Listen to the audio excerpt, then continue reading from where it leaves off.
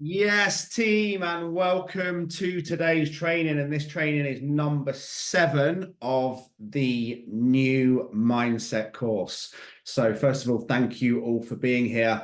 Today, we are going to discuss setting your standards, setting high standards, and the importance of high standards and exactly what they are. Now, I promise you, your standards or the standards and values that you live by, the standard that you set for yourself as an individual will make or break your life. And it will impact your training, your nutrition, your fat loss, your muscle building goals, your business, your career, your fun, your family, your finance, your relationships, your marriage, your friendships, and everything in between. Because this is one of the truest phrases I have ever heard, and I see it everywhere. How we do anything is how we do everything.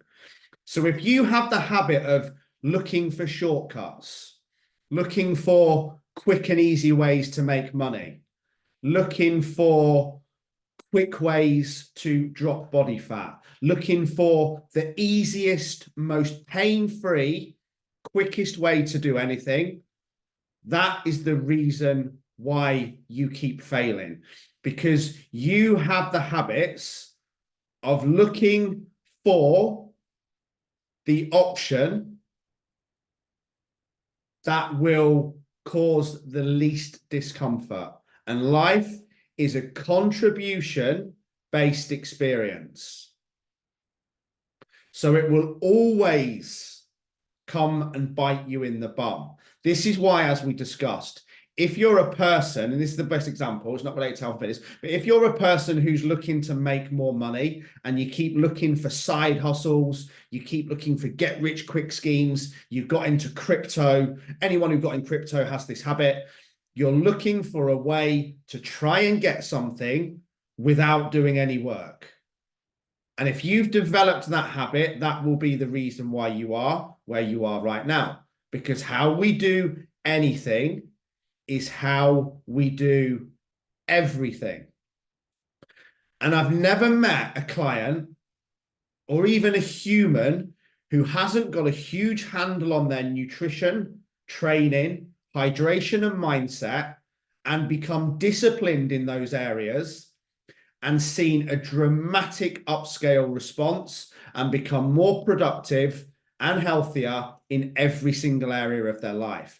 It all starts with an elite level of self-care. It starts with training, it starts with nutrition, it starts with hydration, it starts with getting to bed on time, it starts with creating a routine. And when you get your training and nutrition right, I guarantee you everything else in life will fall into place. You'll become more productive. You'll become happier. You'll be more confident. You'll be more motivated. Why? Because your energy is better.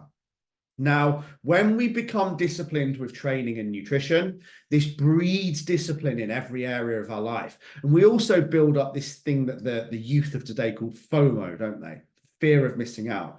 And it's not strictly how they use it, but when we get going, when we start to see results, when we've committed for 4, 6, 8, 10, 12 weeks, we then have a reason not to go back to our old standards because we don't want to lose the results that we've got with the work that we've built up in that time. And this all comes from having higher standards. Plus, the better you look, the better you feel.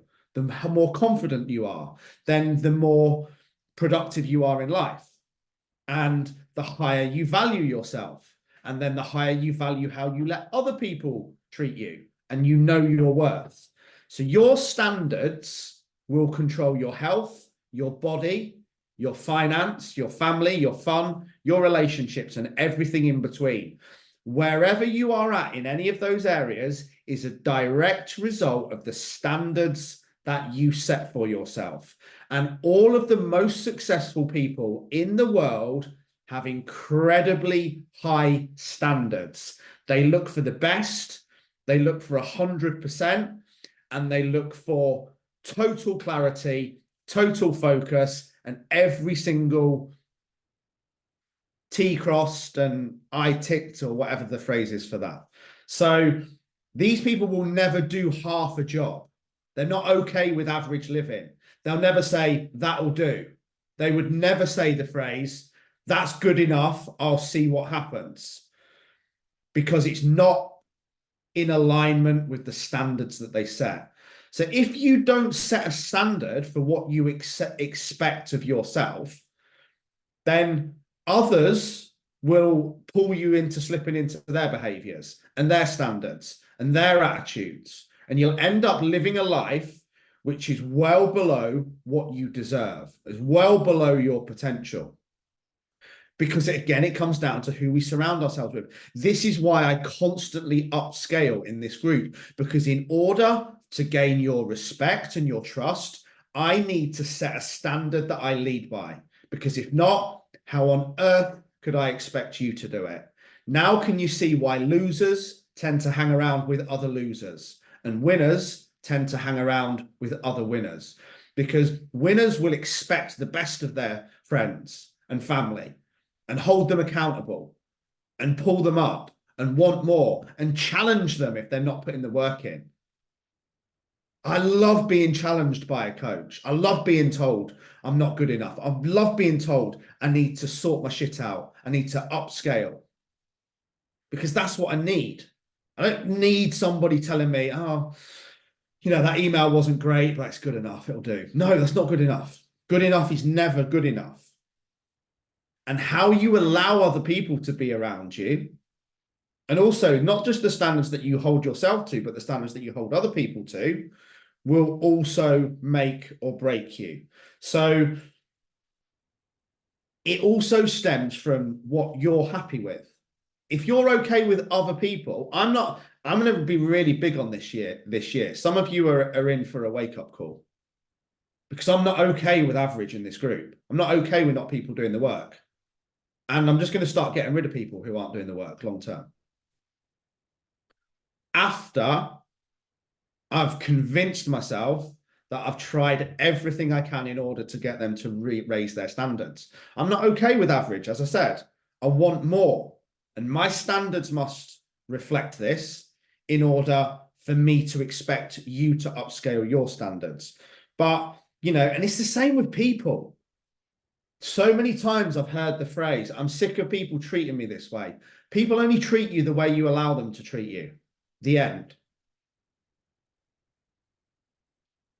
High performers, successful people, winners, are notoriously difficult to work with. And I've even experienced this as a coach. There's a whole spectrum of people that join this plan. There's the spectrum of people that I don't know why they signed up.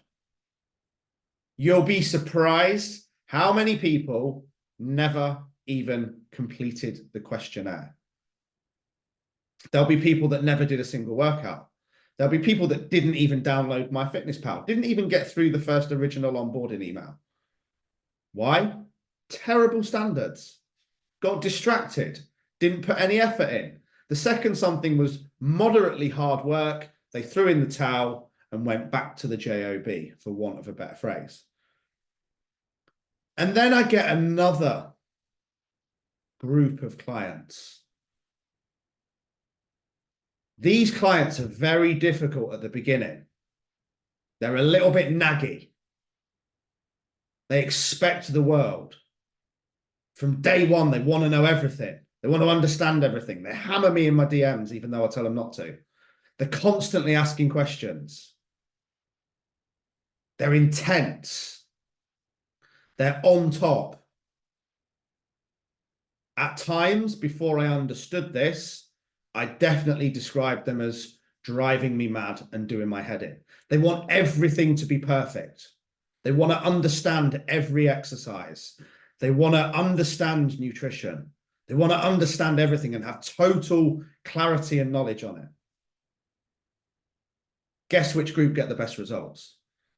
The ones that once used to frustrate me, because they were so intense. They're so intense because they have standards.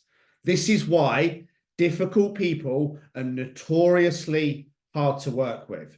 This is very often why captains and leaders in sports teams aren't particularly liked by certain players, because they refuse to settle for average and they're not afraid to call people out if they're not performing. They demand the best for themselves and they demand the best for everyone around them. This is very often why parental relationships can get a little difficult. You know, I will set a standard for Logan and I will expect him to adhere to it. And if he doesn't, maybe when he's a little bit older than 5, but I won't be afraid to call him out on it. But again, I have to set that standard first. You can't expect standards of another individual if you're not living by them or above yourself. I was thinking about this the other day, actually, and it'd be like massive for some of you guys as well who've got young children or even slightly older children. Like, imagine like mindset stuff wasn't even a thing. Well, I wasn't aware of it anyway. When like I was growing up, even 12, 13, 14, 15, like I got really excited about this the other day. I was thinking, right? How's Logan's mindset going to be? He's going to be on fire. He's going to have to listen to this, like right through. He already listens to it now. He listens to my videos subconsciously when Nat's watching them. Imagine when he's 6, 7, 8, 9, 10, he starts to understand this. Leadership, discipline, standards, results, projects, strategies, goals, planning, adherence, accountability.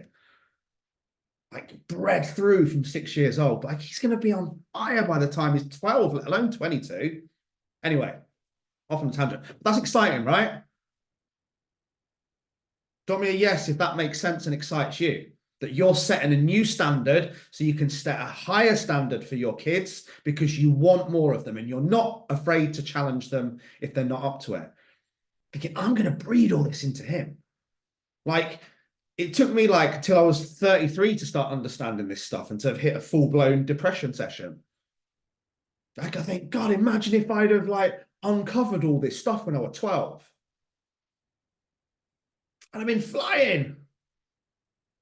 Anyway, so yeah, winners, coaches, leaders, captains, people who expect more are often labeled as intense. On top, pushy, authoritarian sometimes. But you have to understand it's only because they want the best. And I think the only time you can really challenge it and say that's not okay is if they are not setting a standard first. But most often, if you're getting triggered by someone who is calling you out on your own bullshit, calling you out on your own shitty standards from a good place, you know, some people dislike me because they see me as preachy. But it's only because I never say anything that I say because I want the best for people, because I want more for people, because I want them to have happier, healthier lives. But if we're not taking the action, then that's why it gets triggered. And, you know, this is what happens. So many people, these are the people that don't get through the first week. They come into this plan and I set the standard and I hold them accountable. And within a week, they run away miles, backs turned, they're off. Straight back to their old shitty standards, straight back to their old peer groups. It's too difficult. I can't do this. I don't have the discipline. I don't have the willpower, and every other excuse in between to basically not do the work because it's a little bit uncomfortable. It's not like I'm asking everyone to climb Mount Everest each week, is it? Let's be fair. So, and this is the first thing that happens. Even the people that make it through the 12 weeks, very often within a week, I'm not going to mention names, but I could name 40 people right now who joined this plan, were in it for 3 to 9 months, lost well in excess of 5 stone, and have now gained that and more. Because the second they left the peer group, the second they left accountable, the second they left having a leader who held them to a higher standard than they held themselves, lost the accountability and went back to their old shitty peer group and back to their old low standards where nobody called them out because, let's face it, losers attract losers. They went right back to square one and worse. because they avoided the discomfort of having high standards. I demand the best for myself.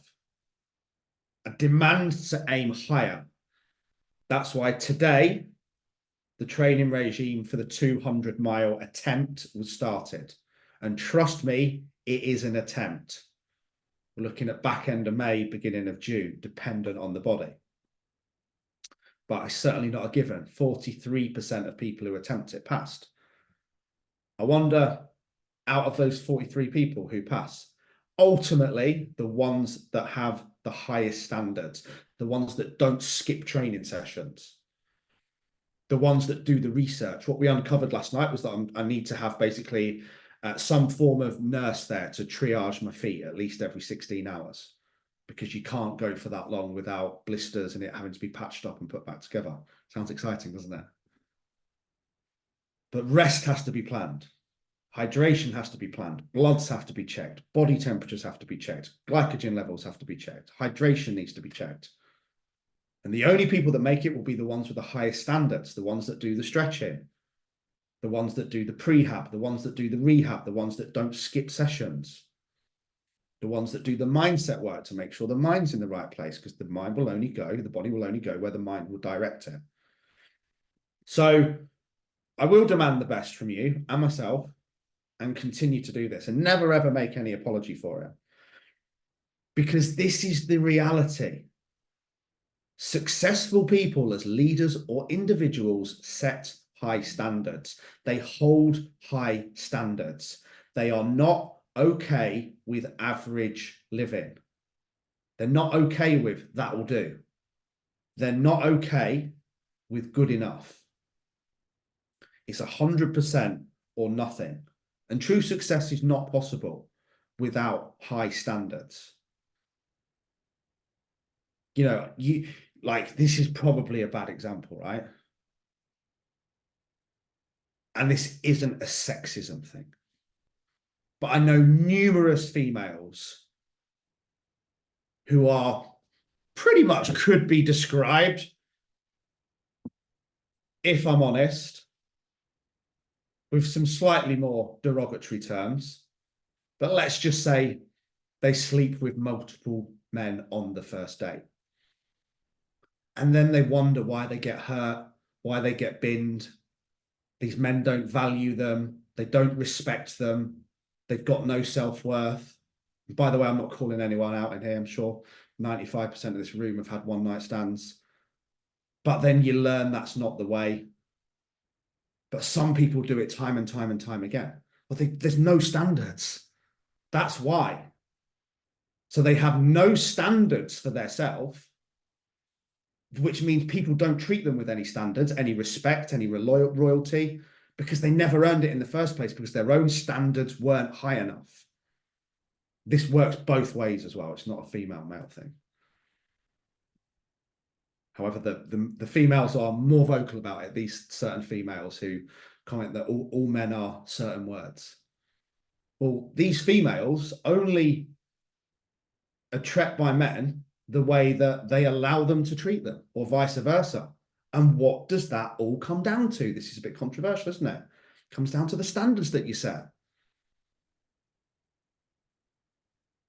A male or female with high standards isn't getting bladdered out of their brains and sleeping with another behind Revolution on West Street on a Saturday night. Why? Because they have higher standards.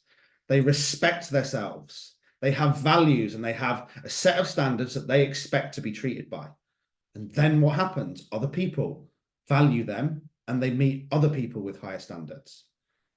So you have to hold yourself to a higher standard, a higher level of accountability, a higher level of self-worth, and be around those people, because the standards that you set for yourself will set the standards of how other people see you and treat you.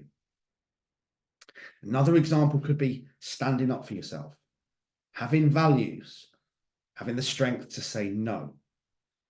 But when you can hold yourself to the highest standard possible, trust me, other people will too. And as I said, true success is not available without high standards. And It's said on that video that Jason made for me, the greatest version of you isn't that I do everything, I do anything, I smash goals person of you. The greatest version of you is the version of you that has perimeters, that has boundaries, that has the strength to say, I don't go there with those people, I don't drink that, I don't act that way, I don't get into those situations because I'm focused. I'm focused on what I want, where I'm going, the reason why I want to get there, and the standards that I know I need to adhere to in order to achieve that. I had to hold my standards higher than ever possible for the 103-mile run. You can't have both. You can't have that. Like I said to you guys, I was saying this under my breath over and over and over again. 10 miles out from the end, every single bean of my body wanted to quit. I was in agony. Don't be fooled by those TV interviews or how I was afterwards.